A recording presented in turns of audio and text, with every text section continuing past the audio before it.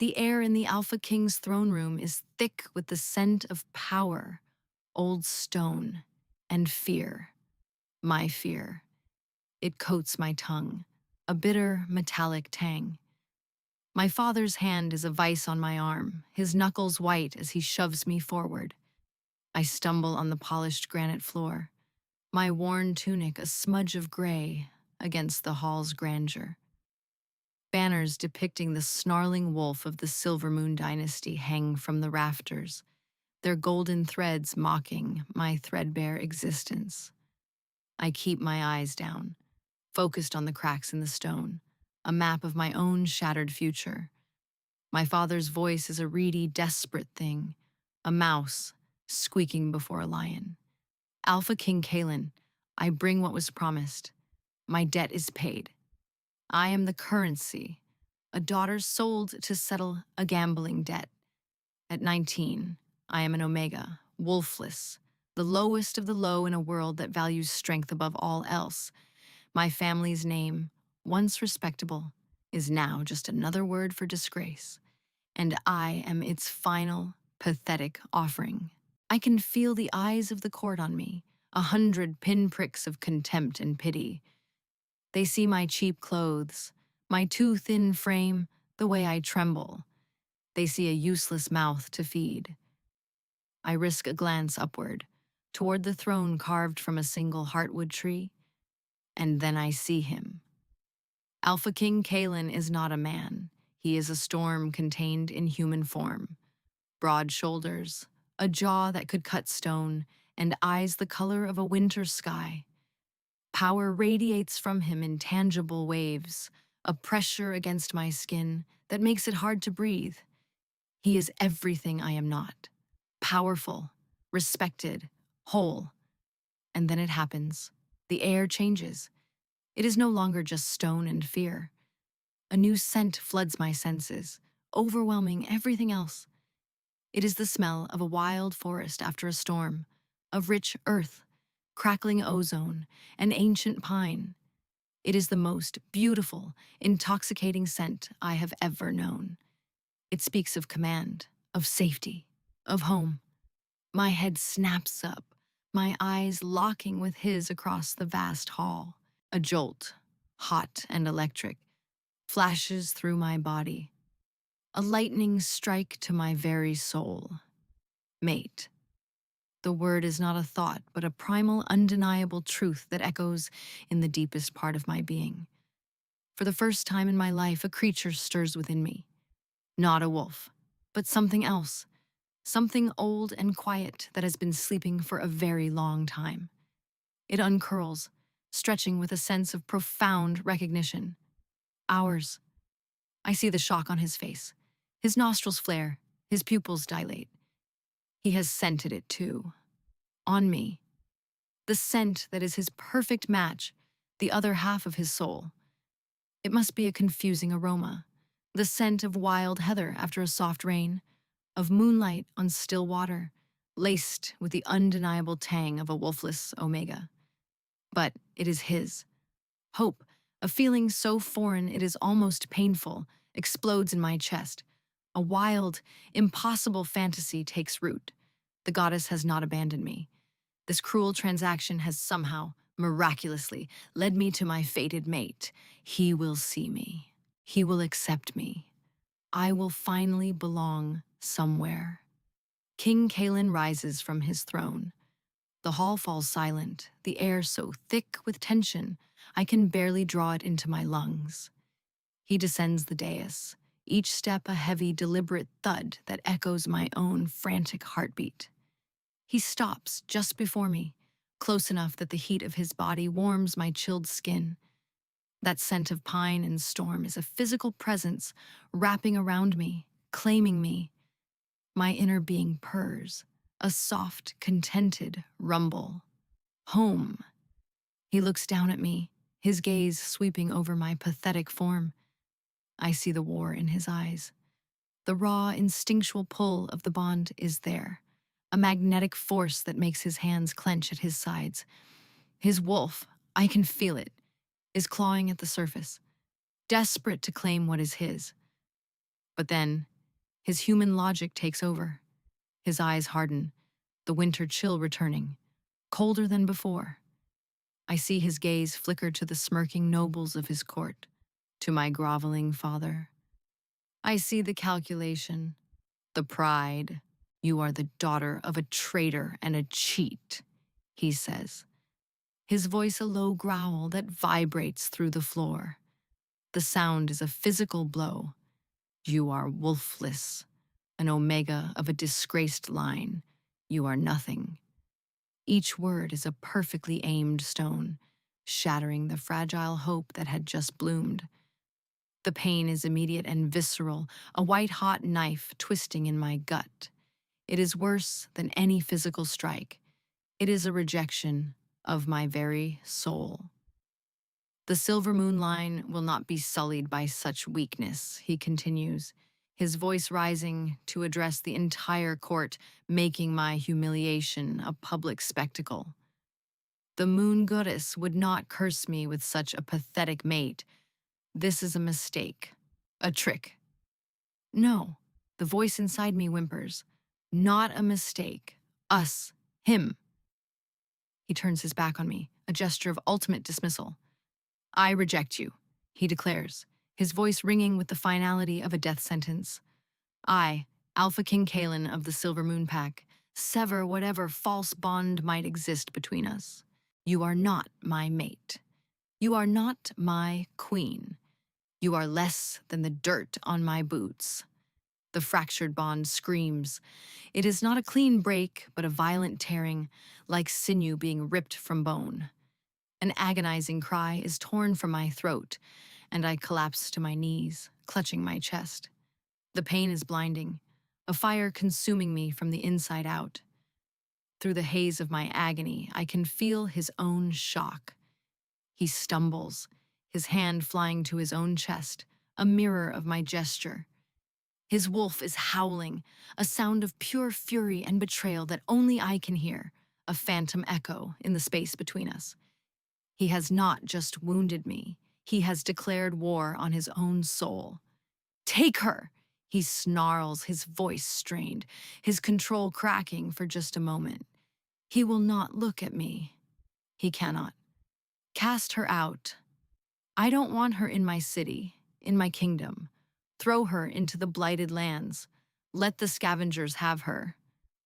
My father, his debt now conveniently erased, doesn't even spare me a glance. He melts back into the crowd, a shadow of a man who just sold his daughter's soul. Two guards, their faces impassive, haul me to my feet. My legs will not support me. The pain is too great. They drag me from the throne room, my worn boots scraping a pathetic farewell on the pristine floor. My last sight of King Kylan is of him standing rigid, his back to me, a solitary figure locked in a battle against the beast within. The great wooden doors boom shut, sealing my fate. The scent of pine and storm fades, leaving only the cold, empty ache of rejection. They drag me through the city, past faces that are a blur of scorn and indifference. I am no one. I am nothing. And I am being cast out to die.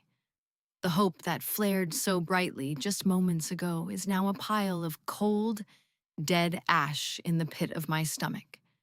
The only thing left is the searing, unending pain of a bond, not broken, but violently, cruelly, torn in two. The gates of the capital city slam shut behind me, the sound of final, definitive end to the life I knew. The guards shove me forward, and I stumble, falling onto the cracked, barren earth of the blighted lands. This is the kingdom's dumping ground, a desolate expanse of twisted trees and gray dust where exiles and outcasts are sent to be forgotten. The air here is thin and tastes of despair. There is no scent of pine, no hint of a coming storm. There is only emptiness. For a time, I do not move. I lie where I fell, the sharp gravel digging into my cheek. The pain in my chest is a living thing, a ravenous creature eating me from the inside. The torn bond is a constant, screaming agony. It feels like a vital organ has been ripped from my body, leaving a gaping, bleeding wound that will not clot. Every breath is a struggle, every heartbeat an echo of his rejection. Rejected, unworthy, nothing. Days bleed into nights. I lose track of time. Hunger gnaws at my belly, a dull ache compared to the torment in my soul. Thirst cracks my lips. I am a ghost haunting myself, wandering aimlessly through the skeletal forest. My inner being, the quiet creature that had awoken with such hope, is now a tight, silent knot of pain. It offers no comfort, no guidance. It is as broken as I am. Survival is a concept that belongs to someone else, to people with a reason to live. I have none. 2 years pass in this desolate haze, 2 years of scraping by, of being hunted by starving beasts and crueler shifters. I learn to be invisible, to move like a shadow. I learn which roots are poisonous and which streams run clean. The blighted lands are a harsh teacher, and the lessons are carved into my skin. I am a collection of scars now, a roadmap of near misses and painful survivals.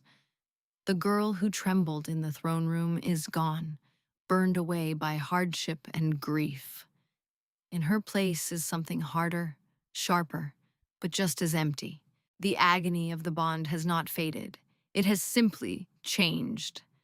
The initial screaming pain has subsided into a chronic soul-deep ache. It is a constant, cold spot in my chest, a void that nothing can fill. There are nights when I can still smell him on the wind, a phantom scent of pine and storm that feels like a fresh wound. On those nights, his wolf's distant, furious howls echo in my soul, a constant reminder of the beast he fights, the beast that still calls for me. I am haunted by the mate who threw me away. One winter, the cold is more brutal than any before. A blizzard sweeps through the blighted lands, burying the dead landscape under a thick blanket of white. I find refuge in a shallow cave, but it offers little protection from the biting wind. My thin cloak is useless. The fire I managed to start has long since died, the last of my fuel exhausted. The cold seeps into my bones, a slow, creeping death. My limbs grow heavy, my thoughts sluggish. This, I realize with a strange sense of calm, is the end. I have survived for 2 years on nothing but spite and instinct, but even that has its limits. I close my eyes, ready for the emptiness. I think of him, of King Kalen. I picture his cold, beautiful face, the contempt in his eyes. A flicker of anger, hot and sharp, cuts through the encroaching numbness. He threw me away to die, and I am obliging him. I am letting his decree be the final word. The thought is galling. My death will be his victory. It will prove he was right, that I was too weak to survive. No, the word is not a thought, but a spark. A tiny ember of defiance glowing in the frozen cavern of my chest. It comes from that deep, quiet place inside me, the part of me that is not Omega, not Wolfless, not his rejected mate. It is simply me, and it is not ready to die. A strange warmth begins to spread from that ember. It's not a physical heat, but something else. A current of energy, faint but undeniable. I focus on it, clinging to it as a drowning woman clings to a piece of driftwood. The warmth intensifies, pushing back the deadly cold. I open my eyes. A soft silvery light is emanating from my hands, pooling in my lap. It is the color of the full moon, ethereal and gentle. I stare, mystified. This is not wolf magic. This is something else entirely. As I watch, the light grows and the air in the cave warms by a few precious degrees. The shivering subsides. The heavy lethargy in my limbs recedes. It is my own power, dormant, hidden, awakened by my absolute refusal to surrender. In that moment, huddled in a frozen cave at the edge of death, I make a conscious choice. I will not just survive. I will live. I will become strong. Not for him, not to prove him wrong, but for me. From that day forward, everything changes. The awakening of my power, my lunar affinity, transforms my existence. I begin to practice, to learn its limits. I discover I can draw strength from the moon, its silvery light, a balm to my aching soul, and a source of tangible energy. The constant cold in my chest, the wound from the broken bond, remains. But now it is surrounded by this new, quiet warmth. I am no longer just a scavenger. I become a hunter. I learn to quiet my scent, to move with a supernatural stealth that lets me get close to prey. I find I have an affinity for the land itself. I can sense the flow of water underground, feel the subtle shifts in the weather before they happen. The hostile, blighted lands begin to feel less like a prison and more like my domain. I am not a wolf, but I am a predator in my own right. I train my body until it is as hard as my will. I am no longer thin and frail, but lean and corded with muscle. My hands are calloused, my face is weathered, but my eyes are clear and sharp. The fear is gone, replaced by a cold, steady watchfulness. Other outcasts in the blighted lands begin to notice. They see the way animals of the wastes give me a wide berth, the way I carry myself with a quiet authority. They speak of the moon witch of the skeletal forest, a creature of rumor and legend. They do not know my name or my past. They only know the power they sense. I have become someone new. I have forged a new status from the ashes of my old life. I am Alara of the Wastes, and I bow to no one. The girl Kaelin rejected is dead and buried, and I am the one who rose from her grave. The first time I feel his pain, it hits me like a physical blow. I am tracking a shadow cat through the petrified woods, my senses sharp, my body a coiled spring, when a wave of pure, undiluted agony lances through the bond. It is not the familiar ache of our severance, but a fresh, sharp torment. I stumble, gasping, my hand flying to my chest. It is his pain, his despair, so potent it crosses the miles between us. For a moment, a flicker of vicious satisfaction warms me. Good, let him suffer. But the feeling is followed by a confusing echo of concern from the deepest part of me, the part that still recognizes him as its other half. The duality is exhausting. My name is Kaelin, and I'm a king living in a private hell. For 2 years, my wolf has been my tormentor. He is a constant, snarling presence in my mind, a relentless chorus of my failure. Fool, he growls when I try to rule, his voice dripping with contempt. You cast away our soul. You broke us. When I try to sleep, he shows me her face, her eyes wide with hope right before I shattered it. He forces me to relive the moment of her rejection, the sound of her cry, the feeling of the bond tearing. Over and over, an unending litany of my greatest sin. Sleep offers no escape. I am plagued by nightmares. I see her in the blighted lands, starving, freezing, hunted. I wake up with her phantom scent, heather and rain, clinging to me, a sweet torture that fades with the dawn. My body rejects all others. The scents of the eager, high-born females presented to me are cloying and wrong. They turn my stomach. My wolf retches at the thought of touching anyone but her. Hours, he snarls, possessive even of a memory. Only her. I am an alpha king in his prime, yet I am celibate, isolated, trapped in a prison of my own making. My frustration and pain bleed into my reign. My temper is short, my commands harsher. The pack feels my disquiet. The land itself seems to mirror my inner turmoil. The harvests less bountiful, the winters longer. I am a king with a hole in his soul, and my kingdom is beginning to wither around the edges. One day, while patrolling the edges of the blighted lands, a new scent catches my attention. It is not the familiar decay, but something clean and alive. It leads me to a small, clear stream where a man is kneeling, washing his face. He is tall and well-built, with kind eyes and the scent of a beta wolf from the Sunstone Pack, our peaceful neighbors to the east. He looks up as I approach, his posture wary but not aggressive. "You are far from your territory," I state, my voice flat. He rises slowly, wiping his hands on his trousers. "My alpha sent me to scout the borders. There are strange things stirring in the wastes." He introduces himself as Reese. There is a steadiness to him, a calm that I find myself envying.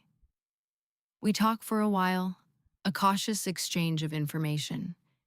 He tells me of whispers among the outcasts, rumors of a powerful woman who commands the respect of the desolate land, a moon witch, they call her. My heart gives a painful lurch. It could be anyone. It must be a coincidence. But the hope, treacherous and unwanted, is there.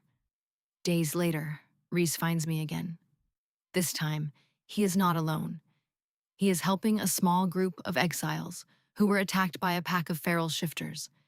He moves with a gentle competence, tending to their wounds, offering them food. He is everything I am not. Kind, patient. He does not rule through fear, but through quiet strength and compassion. He offers me a piece of dried meat, his expression open and without judgment. "You look like you could use it," he says simply. I am hesitant. Accepting help feels like a weakness I cannot afford. But the gnawing hunger wins. I take it, murmuring a thank you. He doesn't press for my story. He doesn't ask why I am here. He simply accepts my presence. He sees the scars and the hardness in my eyes, but he looks at me as if he sees the person beneath them, not the outcast I have become. For the first time in 2 years, someone is looking at me with simple human decency. It is a strange and unsettling feeling.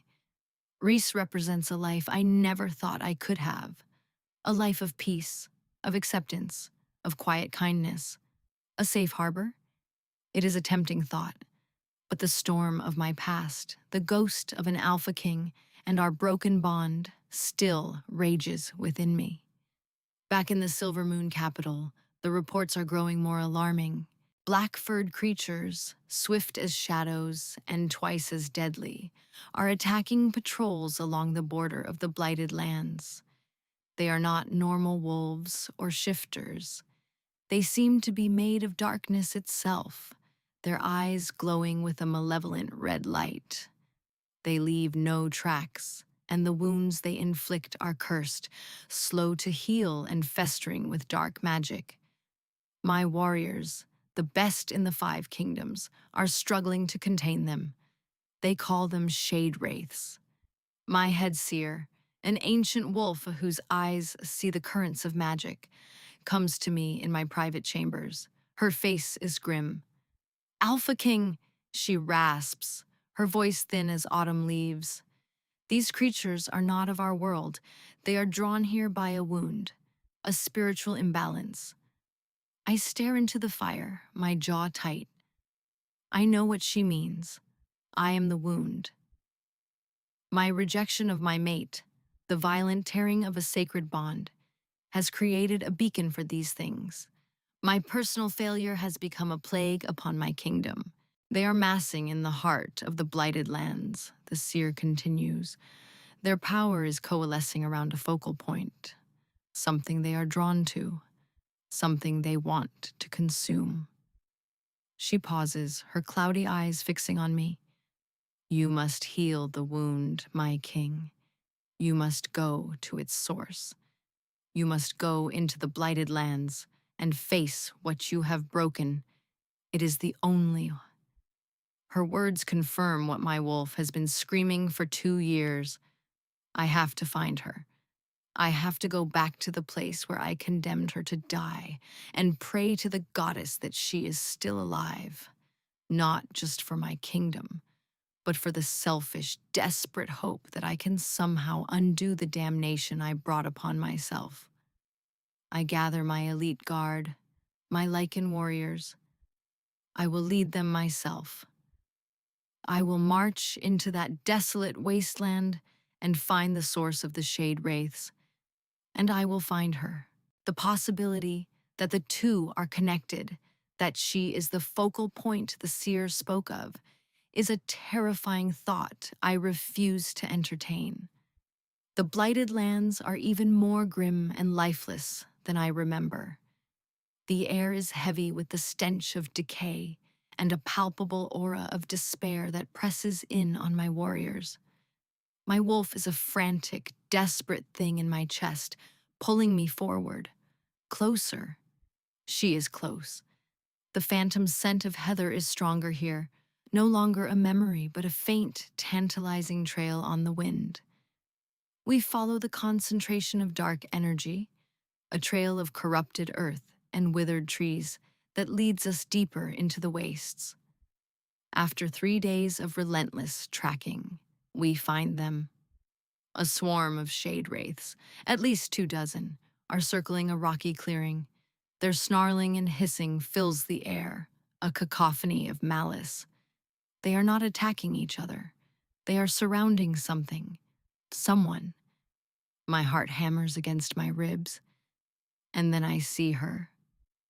It is Alara, but it is not the girl I sent away. The trembling, terrified Omega is gone. In her place stands a warrior queen. She is dressed in dark, patched leathers, a simple but effective armor. Her face is leaner, harder, etched with the story of her survival. A long, wicked-looking knife is clutched in one hand. But it is not the knife that holds my attention. It is the soft, silvery light that clings to her, that wreathes her free hand. She moves with a dancer's deadly grace, a fluid, predatory calm that is utterly mesmerizing. She is not cowering. She is fighting. She sidesteps a lunging shade wraith, her knife flashing in a silver arc, and the creature dissolves into black smoke with a shriek. She raises her other hand, and a pulse of pure moonlight erupts from her palm, blasting 2 more of the creatures back. It is a power I have never seen before, ancient and wild and beautiful. She is a goddess of the desolate land, a beacon of light in the overwhelming darkness. My wolf howls in my mind, a sound of pure, unadulterated awe. Mate. Our mate. Powerful. Perfect. I am frozen, transfixed. My warriors are equally stunned into silence. We watch as she single-handedly holds off the pack of monsters, a lone figure of impossible strength. And then, as if sensing my presence, she turns. Her eyes, the color of wild violets, lock onto mine across the clearing. The world narrows to the space between us. The bond, the torn and tortured thing that has ached for 2 long years, ignites. It is not a gentle warmth, but a violent, explosive reunion of sundered halves. The force of it slams into me, stealing my breath. It is agony and ecstasy combined, a tidal wave of every emotion I have suppressed: regret, longing, hope, and a soul-deep, possessive need that eclipses everything else. The scent of wild heather and pure moonlight floods my senses. No longer a phantom, but a reality so potent it makes me dizzy. Mine. I see the shock on her face. quickly masked by a cold, hard fury. The silvery light around her flickers, and the pain that flashes in her eyes tells me she feels the bond's violent reignition just as keenly. But there is no softness there, no hint of the hope I once saw. Her gaze is pure ice. "Warriors, attack!" I roar, shaking myself from my stupor. My lichens surge forward, crashing into the flank of the Shade Wraith pack, their battle cries tearing through the air. The element of surprise is on our side. We begin to cut the creatures down, my own claws and fangs ripping through shadow and smoke. But my focus is not on the battle. It is on her. We move in an unconscious synchronicity, our battle instincts linked by the bond. I guard her back. She covers my flank. We are a whirlwind of destruction, the Alpha King and the Moon Witch, a force of nature unleashed. Together, we decimate the pack of shade wraiths until only silence remains, the last of them dissolving into nothingness. In the sudden quiet, we stand panting in the center of the clearing, surrounded by my warriors. We are inches apart. I can feel the heat of her body, smell the intoxicating scent of her skin. My wolf is screaming at me to touch her, to pull her into my arms, to sink my teeth into her shoulder and mark her as mine, finally, irrevocably. "Ilara," I breathe, my voice rough with emotions I cannot name. She takes a step back, her expression one of utter disdain. The knife in her hand is still steady, pointed loosely in my direction. "Alpha King," she says, and the title is an insult on her tongue. Her voice is not the soft, trembling thing I remember. It is low and steady, chilled with a frost that has nothing to do with the winter air. "You have no authority here," she says, her eyes sweeping over my formidable warriors without a flicker of fear. "This is my territory. You are trespassing." The audacity of it, the sheer confidence, is breathtaking. This is the woman I called weak, the woman I threw away. My pride, the very thing that caused this catastrophe, bristles. "I am your king," I begin, my alpha tone rumbling in my chest, the instinct to command rising. She laughs. It is not a sound of mirth. It is a cold, sharp, broken thing. "You forfeited that right 2 years ago," she says, her gaze like chips of ice. "Now state your business and get out of my lands." The power dynamic has been completely inverted. I came here as a king leading a war party, expecting to find a broken victim to rescue. Instead, I have found a queen in her own right, a power that rivals my own. And she looks at me not as her fated mate, not as her king, but as something she scraped off the bottom of her boot. The chasm between us is wider than ever, and I have no idea how to cross it. My wolf whimpers in my chest, a pathetic sound for such a powerful beast. He knows, even if I am too arrogant to admit it.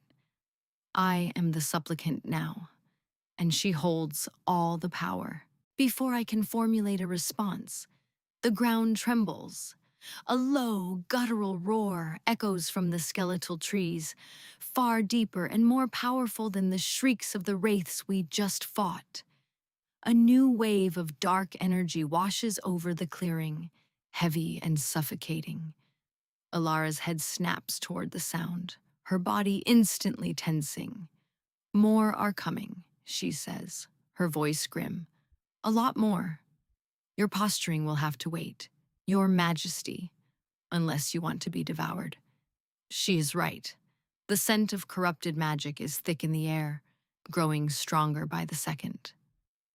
My warriors instinctively form a defensive circle, their growls low and menacing. We are exposed, deep in enemy territory, and a far greater threat is approaching. "We should find shelter," I say, my voice tight with command. My maps show a series of caves to the north. Ilara gives me a look that could curdle milk. Your maps are useless here. The land changes with the darkness. The caves you're looking for collapsed last winter. She points to a jagged outcrop of rock to the east. There, a defensible position, a narrow pass we can hold. My pride stings at being corrected so publicly, but I cannot deny the certainty in her voice.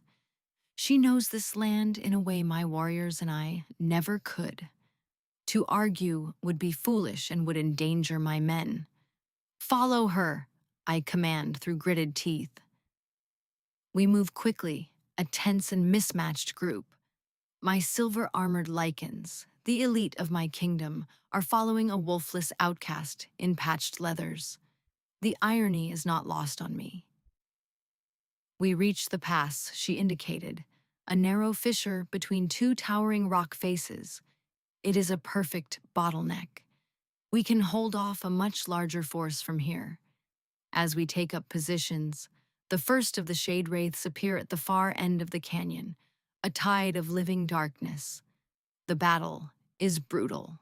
They come in waves, their shadowy claws scrabbling against the rocks, their red eyes glowing with hatred. My Lycans fight with the disciplined fury of their training, but the creatures are relentless. For everyone we cut down, two more seem to take its place. Ilara is a whirlwind of silver light and dark steel. Her movements are economical and utterly lethal. She seems to anticipate their attacks before they happen, her lunar power flaring to incinerate them or push them back from the line. She and I fall into that same unconscious rhythm as before, fighting back to back, the fractured bond a humming wire of pure combat instinct between us. In battle, we are perfectly matched. In everything else, we are worlds apart. Hours pass in a blur of snarls, shadows, and the clang of steel. The onslaught finally slows, the tide of wraiths receding with the first hint of dawn on the horizon. They seem to be creatures of pure night, unable to bear the sun. We are left panting, exhausted, and bleeding in the gray morning light. We have lost 3 warriors. More are wounded. In the quiet aftermath, the tension between us returns, thicker than before. We are trapped here together, a king and his rejected queen, bound by a common enemy and a bond that refuses to let either of us go. I find her sitting apart from my men, carefully cleaning her knife with a strip of cloth. Her face is a mask of cold composure, but I can see the exhaustion in the set of her shoulders. I walk over, my steps heavy. The need to speak, to explain, to do something to bridge this chasm is overwhelming. Ilara, I start, my voice hoarse. She does not look up. I have nothing to say to you, but I have things I must say to you. I take a breath, my pride and my desperation at war within me. Desperation wins. What I did to you, it was unforgivable. There is no excuse, but I want you to understand why. Understand? She finally looks at me, and her eyes are burning with a cold fire that makes me flinch. You want me to understand the mind of the man who humiliated me, who called me worthless in front of his entire court, who threw me into this wasteland to die. There is nothing to understand, Kaelin.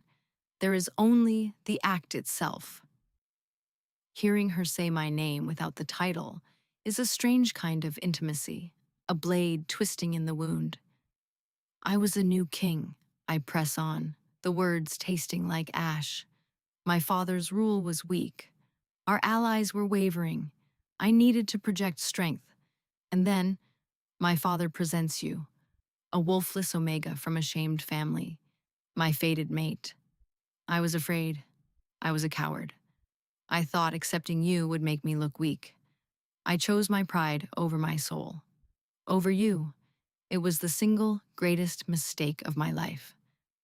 I bare my soul to her, admitting my weakness, my fear. This is my confession, the truth I have choked on for 2 years. I expect anger, maybe even violence. I do not expect the utter lack of reaction. She simply stares at me, her expression unreadable. "And what do you want from me, Kaylin?" she asks, her voice devoid of emotion. "Absolution? Forgiveness? Do you think your confession erases the last 2 years? Do you think it heals this?" She presses a hand to her chest, right over the heart of our broken bond. "I survived not because of you, but in spite of you. I am not that girl anymore. Your reasons mean nothing to me." My wolf whimpers, devastated by her coldness. "She hates us. You made her hate us." "I know," I say, my voice cracking. "I know words are not enough. My wolf, he has not known a moment of peace since I sent you away. I have not known a moment of peace. The pain I caused you, I feel it every single day. A pale echo, I'm sure, but it is my constant companion, my deserved punishment." Before she can respond, a new scent cuts through the air. It is clean and familiar, the scent of the Sunstone Pack. A figure appears at the mouth of the canyon, moving with cautious speed. It is Reese. His eyes scan the scene of the battle, widening at the sight of my Lycan warriors. Then, his gaze finds Ilara, and his entire posture softens with relief. "Ilara, I tracked the fighting. I was afraid." He stops as he sees me standing beside her. His kind face hardens instantly, his body shifting into a protective stance as he places himself between us. "Alpha King," he says, his voice laced with suspicion. "What are you doing here?" "That is none of your concern, Beta." I growl, my own alpha instincts flaring at this male's possessive stance over my mate. The air crackles with tension. Reese ignores me, his attention solely on Ilara. "Are you all right?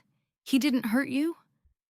His concern is so genuine, so gentle, it is like a dagger in my heart. He offers her everything I did not: safety, respect, kindness. "I am fine, Reese," she says, and I hear a slight softness in her tone that she has not once used with me. It guts me.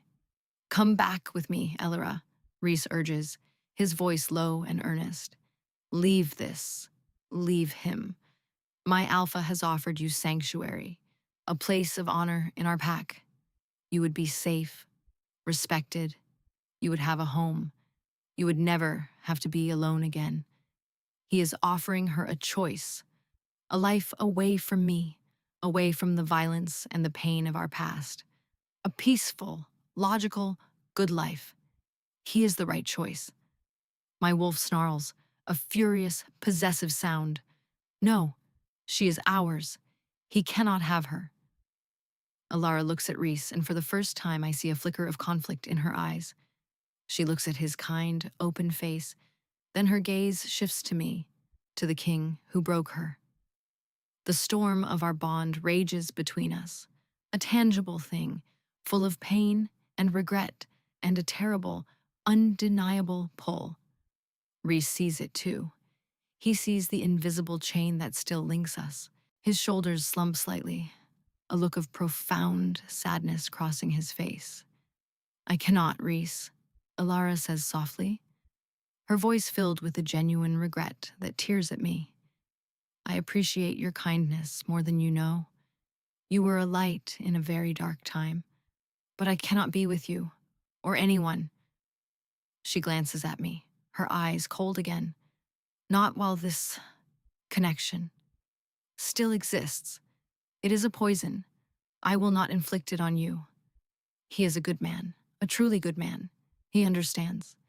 He sees that he cannot compete with the cosmic, chaotic force of a fated bond, no matter how damaged. He knows he would only ever be second choice, a safe harbor. but never the destination. I understand, he says, his voice heavy with disappointment. He reaches out, gently touching her arm, a gesture of farewell. The offer will always stand, Elara. If you ever need me, you have only to call. My fists clench at the sight of his hand on her skin, a low growl rumbling in my chest. He gives me one last, hard look, a mixture of pity and contempt before turning and disappearing back into the mists of the blighted lands. His departure leaves a void, a silence that is heavier than before. He has exited the stage, leaving the two of us to face the wreckage of our story. He has shown her what she is worthy of, and in doing so, has only highlighted my own monumental failure. The path to redemption seems steeper and more impossible than ever. She has made her choice, not for me, but against the idea of a life where she is not whole. And the only person who can make her whole is the one who shattered her in the first place. The uneasy truce holds for another day and another night. The Shade Wraiths test our defenses, but their attacks are probing, less frantic. It feels as if they are waiting, gathering their strength for a final, decisive assault. My warriors are on edge, and the tension between me and Elara is a constant, suffocating presence. We speak only when necessary, our conversations clipped and tactical, but the bond is a torrent of unspoken words beneath the surface. I feel her weariness, her simmering anger, and she, I know, feels my desperate, clawing regret. During a lull, I watch her. She is standing at the edge of the pass, looking out over the desolate landscape that has been her home and her prison. The moonlight bathes her in its silvery glow, and for a moment, the harsh lines of her face soften. The power she wields, this lunar magic, seems to hum around her, a quiet song only the night can hear. It is beautiful, and it is terrifying. She is tied to something far older and more profound than the pack dynamics I have always known. My seer told me the wraiths were drawn to a focal point, I say, my voice quiet as I approach her. Something they want to consume. She said it was you. Elara does not turn. She was right. What are you? I ask, the question I have been afraid to voice. That power. It is not of the wolf. She is silent for a long moment, the wind whipping strands of her dark hair across her face. My mother's line was different. They were not shifters. They were called the Children of the Moon. They were keepers of the balance, their magic tied to the lunar cycle. They were rare, and they were hunted. My mother hid what she was, even from my father. She bound my powers when I was a baby, hoping to protect me, to let me live a normal life. She died when I was young, and the secret died with her. The pieces click into place. The ancient lore, the stories told to pups about the first alphas, whose mates were not wolves, but powerful beings who could channel the magic of the moon itself. Their union was the foundation of our strength, a perfect balance of primal fury and celestial power, a balance my ancestors lost and forgot. When you rejected me, she continues, her voice flat and devoid of self-pity, and the bond tore. It must have weakened the bindings my mother placed. Hitting rock bottom, choosing to live, that woke it up. The Shade Wraiths are creatures of shadow and discord. My light, my very existence, is anathema to them, but they are also drawn to it, like moths to a flame they wish to extinguish. I am stunned into silence. I did not just reject my mate. I rejected the other half of a sacred, ancient power. I threw away the key to my kingdom's true potential out of petty, short-sighted pride. The magnitude of my folly is staggering. As if summoned by our conversation, a new presence makes itself known. It is not the skittering horde of wraiths, but a single, focused point of immense power. A figure coalesces from the shadows at the end of the canyon. It is larger than the other wraiths, vaguely humanoid in shape, but crafted from pure darkness, its form shifting and unstable. 2 points of burning, intelligent crimson light fixate on us. This is their leader. The lost daughter, a voice echoes, not through the air, but directly inside our minds. It is a voice of scraping stone and dying stars, and the broken king who cast her aside. How poetic. The entity glides forward, the very ground seeming to decay beneath it. I have been watching you, little light. Your power grows. It sings a song that has been silent for too long. I will enjoy devouring it. It raises a clawed hand of pure shadow, and a bolt of black energy hurtles toward Alara. I react without thinking, shoving her aside and taking the full force of the blow myself. It feels like being plunged into absolute zero. A soul-deep cold spreads from the point of impact on my chest, and the strength drains from my limbs. I stagger back, gasping, my vision swimming. Kaylin! Her cry is sharp, laced with an alarm that cuts through my pain. You see, little king, the entity mocks. Your instincts are still true, even if your mind is weak. You protect what is yours, even after you have thrown it away. You could have been gods together. Instead, you are just a man, dying in the dirt. The creature turns its full attention on Alara, ignoring me as I struggle to stay on my feet.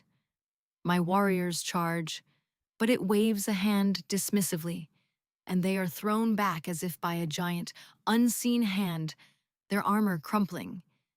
It is too powerful. We are outmatched. It advances on Alara, who stands her ground, a globe of brilliant moonlight forming in her hands. The light is pure and strong, but the creature's darkness is ancient and vast. I can see it will not be enough. In that moment, everything becomes clear. My kingdom, my pride, my regrets, they all fall away. There is only her. The entity is right. My instinct is to protect her. It is the one true thing left in my broken soul. I will not let it take her. I will not let my failure be the cause of her destruction. With the last of my strength, I launch myself forward, not at the creature's back, but between it and Alara. I land on my knees before her, facing the monster, my back to my mate. It is an act of submission, of protection, of ultimate surrender. I spread my arms wide, shielding her body with my own, and I bare my throat, the ultimate sign of surrender for a wolf, the ultimate sacrifice for an alpha. You will not touch her, I growl, my voice a broken rasp. The entity halts, its crimson eyes widening in what looks like surprise. A king, shielding his rejected mate with his own life. The irony is delicious. I will grant your wish. I will kill you first.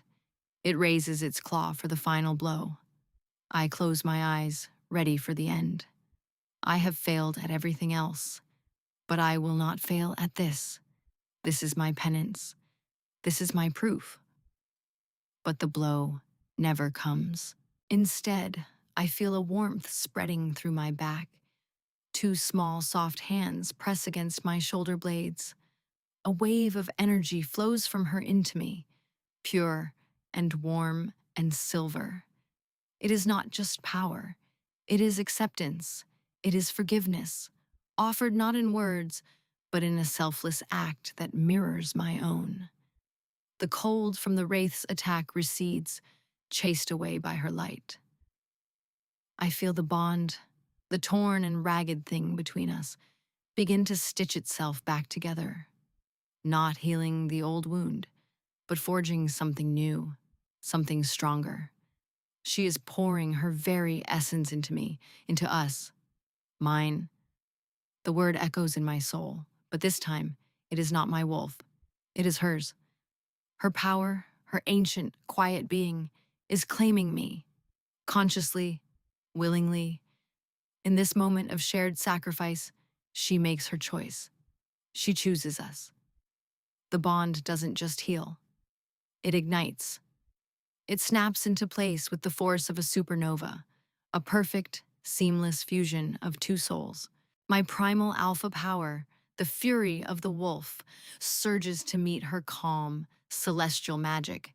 Pine and storm meet heather and moonlight. We are not two separate beings anymore. We are one. A wave of power, immense and untamed, explodes from us. It is a physical shockwave of silver and gold light that rips through the canyon. I turn, my eyes meeting hers. The coldness is gone. In its place is a fierce, blazing love that mirrors what I feel for her. We don't need to speak. Everything is said in the perfect, completed circuit of our bond. We are whole. Together, we turn to face the Shade Wraith leader. The creature has been thrown back by the blast, its shadowy form flickering, destabilized. It stares at us, its crimson eyes wide with something I recognize as fear. What is this? It hisses. This power. It is not possible. You are a creature of discord and shadow, Alara says, her voice ringing with a newfound authority, amplified by my own alpha power. You prey on broken things. But we are not broken anymore, I finish, my voice a low growl that harmonizes perfectly with hers. I can feel her power flowing through me, a calm, steady river of moonlight reinforcing my strength, and I can feel my own primal energy anchoring her, giving her a foundation of raw, physical might she never had before. We move as one, a single entity in two bodies. I am the storm, she is the moon. I am the claws, she is the light. I lunge forward, my speed unnatural, enhanced by her magic. I am a blur of motion, my claws tearing at the creature's shadowy form. It shrieks, its substance unraveling like smoke, but it is too strong to be destroyed by physical force alone. As I harry it, keeping its attention, Ilara raises her hands. The moonlight in the canyon intensifies, all of it coalescing around her. The very stones begin to glow. She is drawing on the latent power of the earth, the sky, and channeling it through our bond. Now, Kaelin, she calls, her voice echoing in my mind. I leap back, giving her a clear shot. She unleashes the power. It is not a bolt or a wave, but a column of pure, concentrated moonlight that descends from the sky like the finger of the goddess herself. It engulfs the Shade Wraith leader. There is no sound of an explosion, only a deafening silence as the pure, cleansing light consumes the absolute darkness. The creature's psychic scream of agony is cut short. When the light fades, there is nothing left, not even a trace of shadow. With the destruction of their leader, the remaining Shade Wraiths across the blighted lands let out a collective, dying wail that echoes across the territory. And then they simply dissolve, their dark magic broken. The oppressive atmosphere that choked this land for years lifts, replaced by a clean, quiet stillness. The war is over. I stand panting, the borrowed power receding, leaving me exhausted but whole. Ilara sways, the sheer effort of what she just did nearly overwhelming her. I catch her, pulling her against my chest. Her scent, heather and moonlight, fills my lungs. It is the scent of home, of forgiveness, of us. It's over, I murmur into her hair. She leans against me, her body fitting perfectly against mine. "It's just beginning," she whispers. My surviving warriors stare at us in silent awe. They saw what happened. They saw their king kneel. They saw the outcast girl become a celestial queen. They saw us become one. Our new dynamic needs no explanation. It is a self-evident truth. We are two halves of a single power, equals in every sense of the word. I look down at her, my heart overflowing. The regret is still there, a scar on my soul that will never fully fade, but it is no longer a festering wound. It is a reminder, a lesson learned in the most painful way possible. I slide to my knees before her, in the dirt and the aftermath of battle. This is not the desperate sacrifice from before. This is an act of reverence. I take her hand, her calloused, capable hand, and press it to my forehead. "Forgive me, Ilara," I say, my voice thick with emotion. "For my pride, for my fear, for every moment of pain I caused you. I will spend the rest of my life, every single day, earning the gift you have just given me." She sinks to her knees in front of me, so we are eye to eye. She reaches out, her fingers gently tracing the line of my jaw. Her touch is electric, sending a shiver of pure bliss through me. There are no more walls between us. The ice in her eyes has melted, leaving only the deep, violet pools of her soul, open and vulnerable, and filled with a love that I know I will never deserve, but will cherish for all eternity. "There is nothing to forgive, Kaylin," she says softly, and I know it is the truth, spoken through the clarity of our completed bond. The past made us who we are. It made us this. She gestures between us. We were broken, and now we are whole. That is all that matters. She leans in and kisses me. It is not a kiss of frantic passion, but of deep, profound recognition. It is the sealing of a promise, the closing of a circle. It is homecoming. In her kiss, I feel the death of the arrogant king I was and the birth of the man I will be for her, a man worthy of his moon-blessed queen. Months later, the great hall of the Silver Moon Palace is once again filled with the members of my court. But this time, the atmosphere is not one of fear and contempt. It is one of awe and reverence. I stand not before the throne, but beside it. And on the Heartwood throne sits Ilara, my queen. She is not dressed in rags, but in simple, elegant robes of silver that match the light that seems to constantly shimmer just beneath her skin. She wears no crown, save for the quiet, unshakable authority that radiates from her.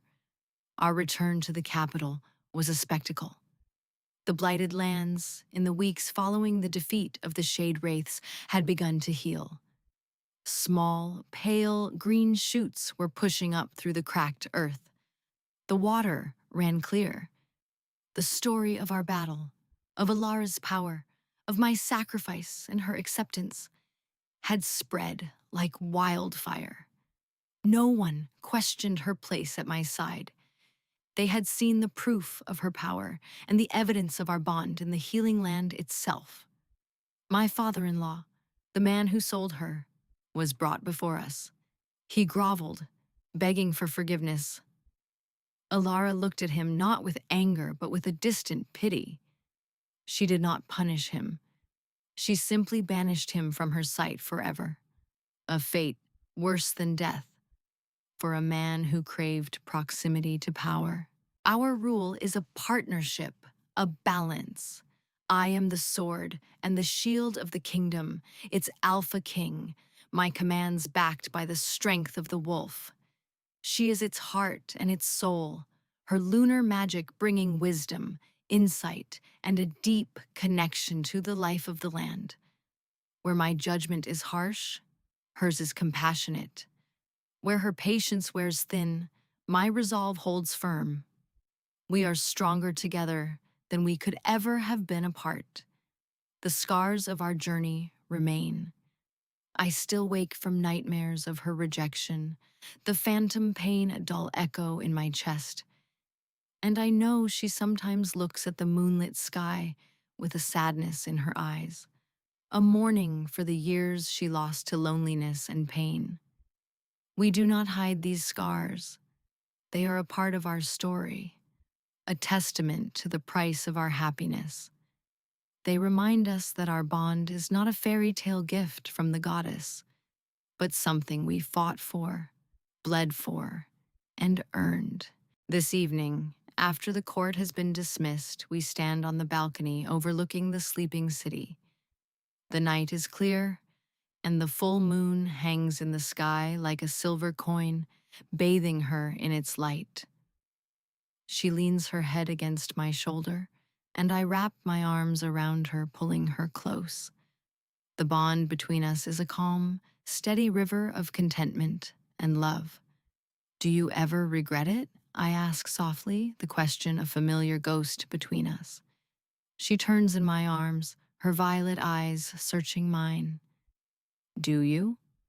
Every day, I admit honestly. I regret the pain I caused you. I regret the fool I was. I don't, she says, her voice firm. She reaches up and touches the faint scar on my chest from the Wraith Leader's attack.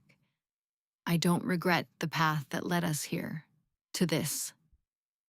She presses her hand over my heart.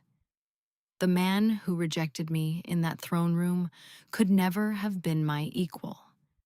The king who knelt for me in the dirt. He is the mate my soul was waiting for. You had to be broken, Kaelin, just as I did, so we could be rebuilt together. Her words are the final, perfect absolution. She is right. We are not the people we were 2 years ago.